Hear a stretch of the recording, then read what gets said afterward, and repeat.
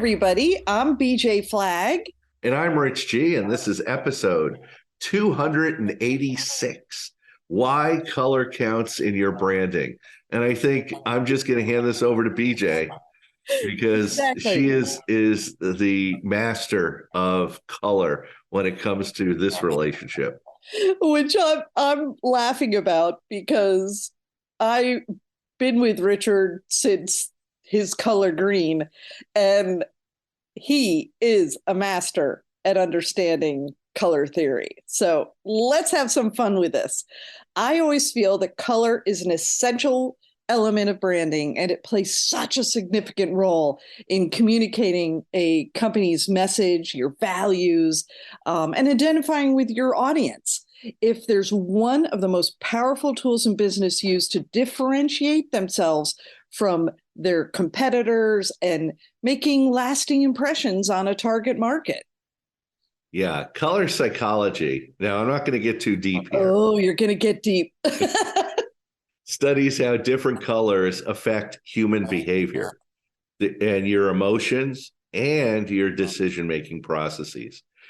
This knowledge is crucial to companies as they can use color to evoke specific emotions and convey their brand's personality and values to customers. The importance of color and branding is evident because companies spend significant resources A lot of money. a lot of money. Read a lot of money.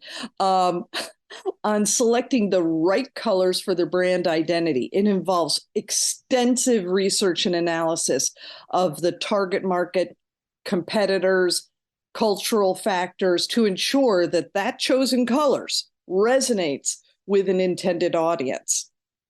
I remember when GE subtly changed their logo. They used to have six swashes within their GE logo, little Okay. curves, and they spent like $10 million to have an agency tell them you only need four little swashes within their logo, and they changed it, and they also chose the color red with their black logo, and Yeah. that was $10 million. So go figure. It's a moneymaker. That's all we're trying to stress here. Um, anyway, let's lunge into the tips because I think that for us and our small businesses and corporations, there's so much interesting things to learn. Brand recognition is really your biggest focus. Color is the powerful tool for creating brand recognition. Consistent use of color across all your brand touch points, such as logos, websites. Everybody thinks their brand is just their logo. No, it's not. But think about all your logos, your website, your packaging, advertising. It really helps customers quickly identify and remember their brand. A great example of this is the blue and white combination is immediately associated with Meta and Facebook. On contrast, look at the absence of color. This is one of the most recent trends. Tesla, Nike, Hermes, they use color on color and are not tied to a specific brand colorway. That being said, you will see them be extremely consistent. Yeah. Rich, you have a favorite. Planet Fitness. Planet Fitness uses purple and yellow. God forbid why they would use those two colors together, but it works because whenever you see purple and yellow, you think Planet Fitness. Yeah. And, I want to think about Target. It's a Target. It's a Target. The Target is red because that's where you want to go. And it's amazing the simplicity of just having a red and a Target. You can't change that. Yeah, or McDonald's with red and yellow. The golden arches. I mean, they've actually moved away from the red a little bit on their buildings, and they just have the yellow arches. But on their app and everything, it's still red and yellow, and you see that. Yeah, exactly. Well, tip 2 is emotional connections. Colors have the power to evoke emotions and create strong emotional connections with their customers.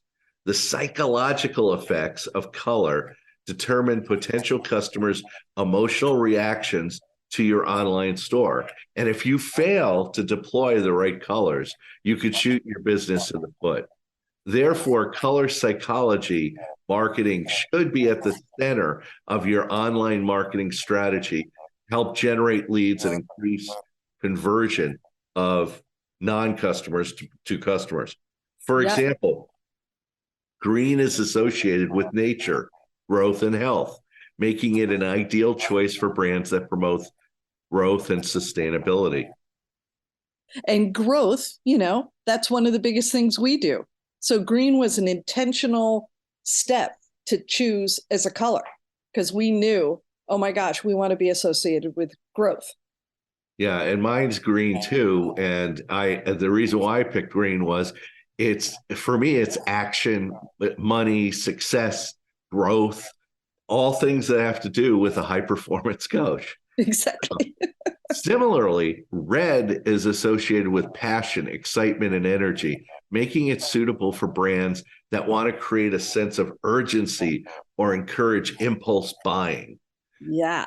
Hello, Target. Yeah. But think about like Ing Online Bank, right? They wanted to be different. They wanted to make sure everyone knew they were different. They picked orange.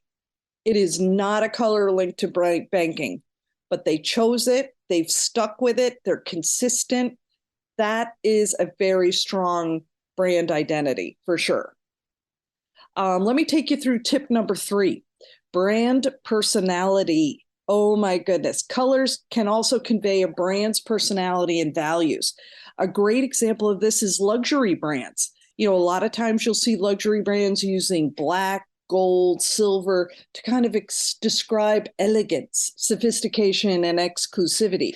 Occasionally you'll see the royal purple being used. That's all colors that are significant to a high-end brand.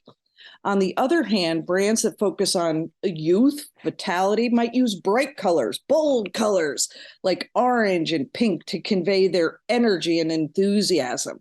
You know, those are going to be ones that you'll see and go, oh yeah, you automatically go, yeah, here we go, and have some fun. Rich, I know you always are talking about Nike. Nike has a look. Yeah, Nike with let's do it and stuff. They use the font Futura Bold, but it's usually a bold picture and then white font on top of it that Yeah. just and it just steps right out. You know the Nike font. It's Futura Bold. And I Yeah. tell clients, if you want to be bold like Nike, use Futura Bold. There you go. I want to bring up the amazing advances that Barbie has made. Absolutely amazing. They own pink. They own it. And they, you know, they're wanting to build, you know, incredible lives for the young girls that are, you know, become an astrophysicist, become, you know, a veterinarian. And Barbie has been able to transform with their brand and Yeah. keep their beautiful pink. It's absolutely amazing. It's true. I've never played with Barbies, but I've seen the change over the last, what, 50, 60 years. Yeah, it's amazing. It's amazing a toy that has gone through that. Yeah. Tip 4 is you have to remember cultural relevance too. Colors have different meanings in different cultures. For example, white is associated with purity and innocence in Western cultures. In contrast, white is associated with mourning and funerals in Eastern cultures. Okay, so high quality, trustworthiness, and dependability are symbolized by blue in the US, Japan, and Korea, and green and yellow in China, and purple in China, South Korea, and Japan. A clear example of that is Apple just launched a new iPhone color, yellow.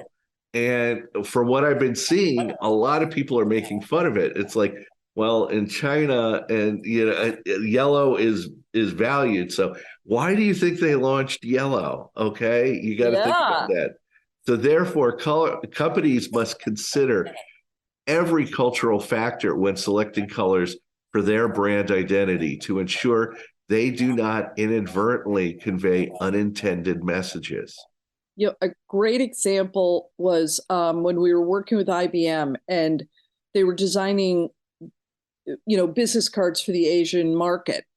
And there's a whole ritual that goes into business cards and how you hand it to a person and all of that stuff. So the brand design and how it was handled had to be completely different. And we also didn't want to offend. So it wasn't like we could use blue because that was a thing. So black was going to be, and when you know it, they go and hand their card. They did the same thing. So in our minds, we were both respectful, and it still conveyed, a high level of trust, which was exactly what we wanted to do for sure. So with tip number 5, this is interesting because a lot of clients do not consider this, but competitive differentiation. And in a really crowded marketplace or industry, colors are going to help a company stand out. Using unique and distinctive colors can create a strong visual identity and sets the brand apart and makes it so much more memorable. We talked about Target, but talk about Walmart. You've got these 2 different companies that have their own. How about Lowe's? Lowe's is blue, Home Depot, orange. They stay away from their camps, but you really can tell the difference. You immediately react to that. Rich, you and I were talking about Pepsi and Coke. Yes. And the difference between those two. Absolutely, Pepsi very distinctly put a little red in theirs, almost as like a little jab, like, ew, want to make sure it's Pepsi Cola. Well, you think about FedEx and the United States Postal Service. United States Postal Service is red, white, and blue, but FedEx was purple and orange, purple and yellow, or orange. I'm sorry, purple and orange. Yeah, and very distinctive branding that separated it from UPS and DHL, which is red and yellow, and right. United States Postal Services. And look at the work that Amazon has done with their Simple Smile logo. And a lot of their trucks are kind of a slate blue with a blue swash. Very understated. Yes. They didn't want to do anything that was too bright, but you designate those trucks. That that's what it is. So all good. Competitive differentiation is happening. All is good. The book that we want to suggest is amazing. Absolutely amazing. It's like the Bible of color. It's Pantone, the 20th Century of Color. Latrice Eisman and Keith Recker just knocked it out of the park with this amazing book. Yeah, Pantone is the worldwide color authority. If you don't know, Pantone colors. That's what you ever talk to BJ, she'll talk about Pantone colors. Invite you on a rich visual tour of over 100 years of Pantone. And it just, they take you in and tell you all how the Pantone colors are derived. And I think they all came from Crayola crayons, but I could be wrong. That could be wrong. That could have been a different page. But I think what I also think is amazing is that Pantone spans not just printed work, but also decor, products, and fashion. So when you're looking at a specific color for this year, like if you're looking at clothing and it's got a certain color tone to it, that's been determined through a Pantone palette. And it is amazing to see how trends are started, radical shifts, resurgence of various colors. Absolutely. The color theory in this book is like no other. Absolutely no other. So anyway, we'd like you to go get that. And that's it for this week. You can reach out to me at richg.com, or you can find BJ at newrenew.com. Thanks to our producer, Richard Scalzo, who makes everything happen. And have an unbelievable week. Catch you later.